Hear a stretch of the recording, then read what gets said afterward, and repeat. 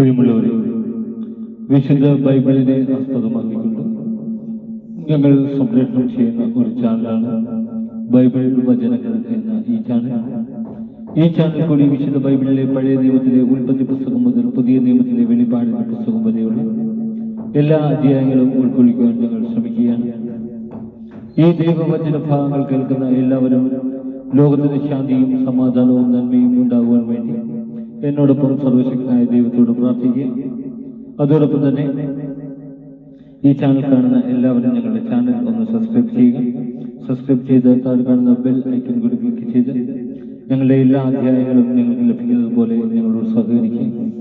നിങ്ങളെവിടെയും പ്രാർത്ഥന നിർഭരമായ സഹകരണത്തിന് സൗനയും നന്ദി അറിയിച്ചുകൊണ്ട്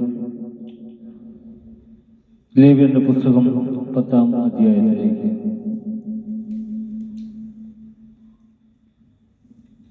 നാദാബും അബിഹുവും, അഹ്റോന്റെ പുത്രന്മാരായ നാദാബും അബിഹുവും തങ്ങളുടെ ധൂപകലശങ്ങളെടുത്ത് തീ കൊളുത്തി അതിൽ കുന്തിരിക്കമിട്ട് കർത്താവിന്റെ മുമ്പിൽ അർപ്പിച്ചു.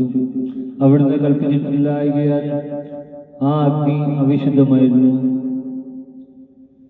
അതിനാൽ കർത്താവിന്റെ സന്നിധിയിൽ നിന്ന് അഗ്നി ഇറങ്ങി വന്ന് അവരെ വിഴുങ്ങി. അവർ അവിടുത്തെ മുമ്പിൽ വെച്ച് മരിച്ചു. അപ്പോൾ മോശ അഹ്റോനോട് പറഞ്ഞു, കർത്താവ് അരുളി ചെയ്തിരിക്കുന്നു, എന്നെ സമീപിക്കുന്നവർക്ക് ഞാൻ പരിശുദ്ധനാണെന്ന് കാണിച്ചു കൊടുക്കും. എല്ലാ ജനങ്ങളുടെയും മുമ്പിൽ എന്റെ മഹത്വം ഞാൻ വെളിപ്പെടുത്തും. അഹ്റോൻ നിശബ്ദനായിരുന്നു.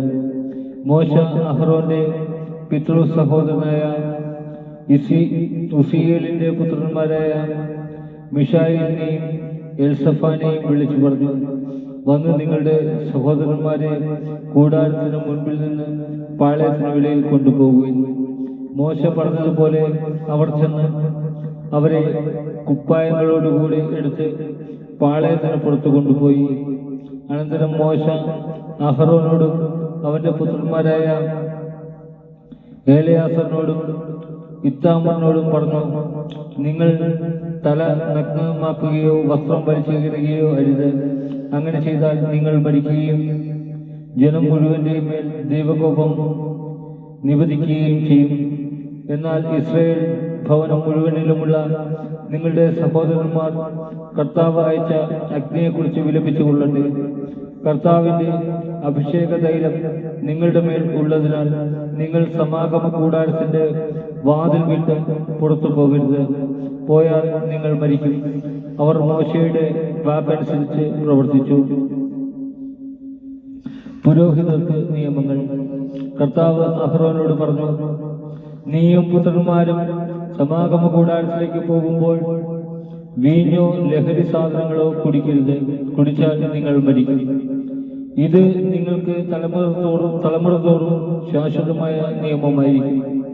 വിശുദ്ധവും അവിശുദ്ധവും ശുദ്ധവും അശുദ്ധവും നിങ്ങൾ വേർതിരിച്ചറിയണം.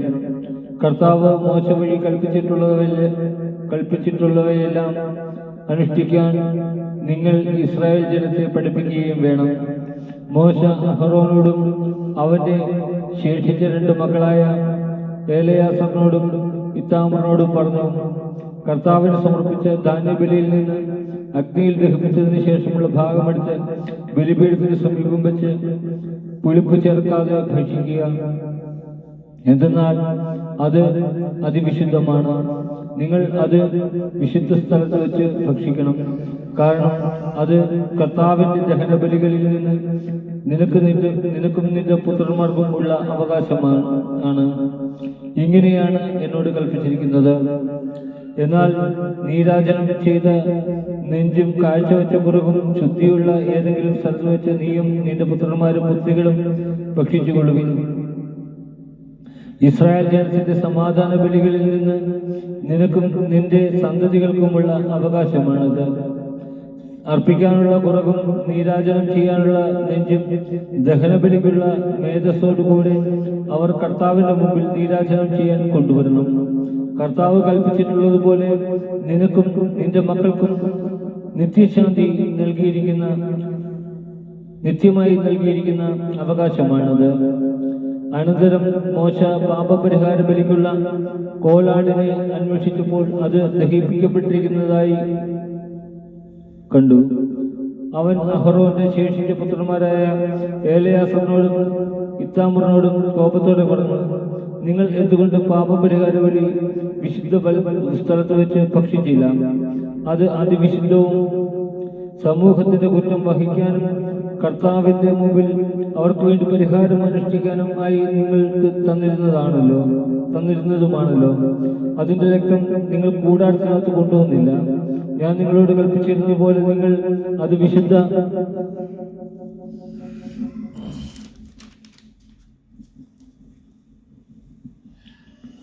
സ്ഥലത്ത് വെച്ച് തന്നെ ഭക്ഷിക്കേണ്ടതായിരുന്നു. അപ്പോൾ അഹറോൻ മോശയോട് പറഞ്ഞു, ഇതാ ഇന്ന് ഇവർ തങ്ങളുടെ ദഹനബലിയും പാപപരിഹാര ബലിയും കർത്താവിന്റെ സന്നിധിയിൽ അർപ്പിച്ചിരിക്കുന്നു. എന്നിട്ടും ഇവയൊക്കെ എനിക്ക് സംഭവിച്ചു. ഞാൻ ഇന്ന് പാപപരിഹാര ബലി ഭക്ഷിച്ചിരുന്നുവെങ്കിൽ കർത്താവിന്റെ ദൃഷ്ടിയിൽ അത് സ്വീകാര്യമാകുമായിരുന്നു. അത് കേട്ടപ്പോൾ മോശയ്ക്ക് തൃപ്തിയായി. നമ്മുടെ കർത്താവായ